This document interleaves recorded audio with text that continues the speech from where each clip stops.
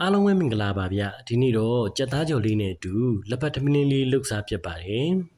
ဒေဦးလေးတွေကိုစီထဲမယ်ပေါ့နော်ဒါတော့ကျွန်တော်ကြက်သားကြော်ဖို့အတွက်ပြင်ဆင်တာပါ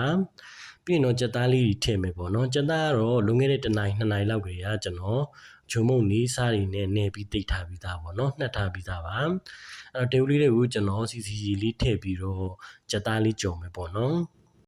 ကြက်သားကတော့ကိုယ့်ကူကြော်စားတာကပူပြီးတော့ကောင်းပါတယ်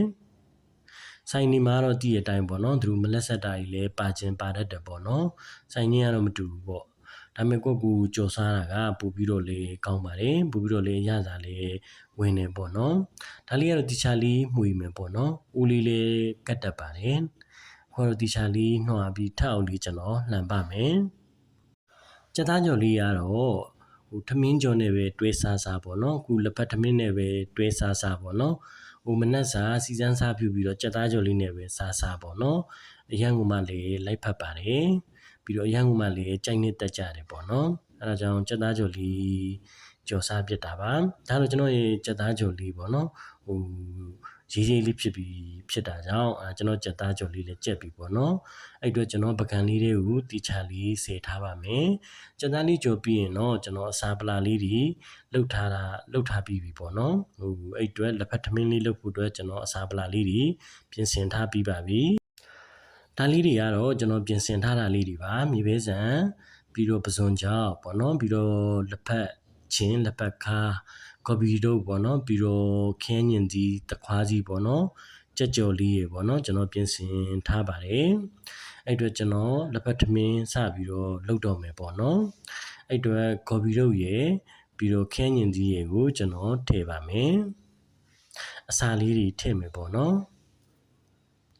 ကော်ပီနဲ့ခင်းညင်ကြီးလေးတွေထည့်ပြီးပြီဆိုတော့ကျွန်တော်လက်ဖက်လေးထည့်ပါမယ်ဒါလေးကတော့လက်ဖက်ချင်လေးပေါ့နော်လက်ဖက်ချင်လေး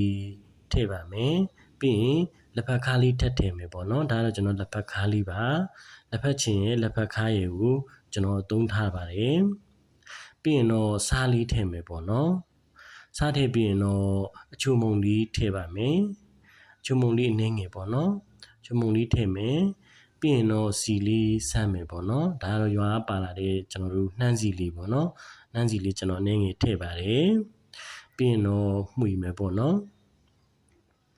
လက်လေးနဲ့တီချာလေးနှမ်းဆက်အောင်ကျွန်တော်တို့မှုိမယ်ပေါ့နော်လက်ဖက်ထမင်းကတော့တစ်ခါတလေမှအရန်ကမှစားလို့ကောင်းတယ်ပေါ့နော်ပို့ပြီးတော့လေပေါ့နော်ကြက်မိုင်းနဲ့လည်းညီညွတ်ပါတယ်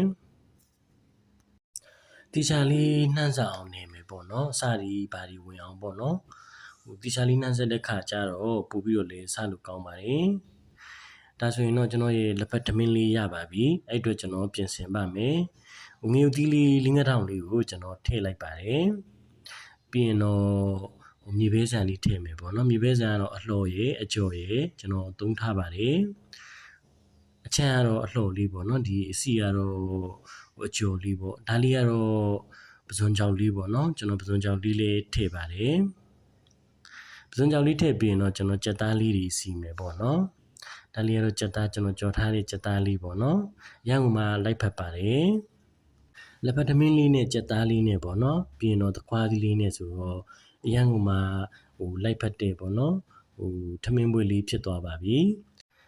ဗီဒီယိုလေးကိုအဆုံးထိကြည့်ပေးတဲ့အတွက်လည်းကျေးဇူးအများကြီးတင်ပါတယ်ကျွန်တော်ရဲ့ဗီဒီယိုလေးတွေလည်းသဘောကျနှစ်ချိုက်တယ်ဆိုရင်လည်း subscribe လေးလုပ်ပြီးဖို့တောင်းဆိုပါရစေ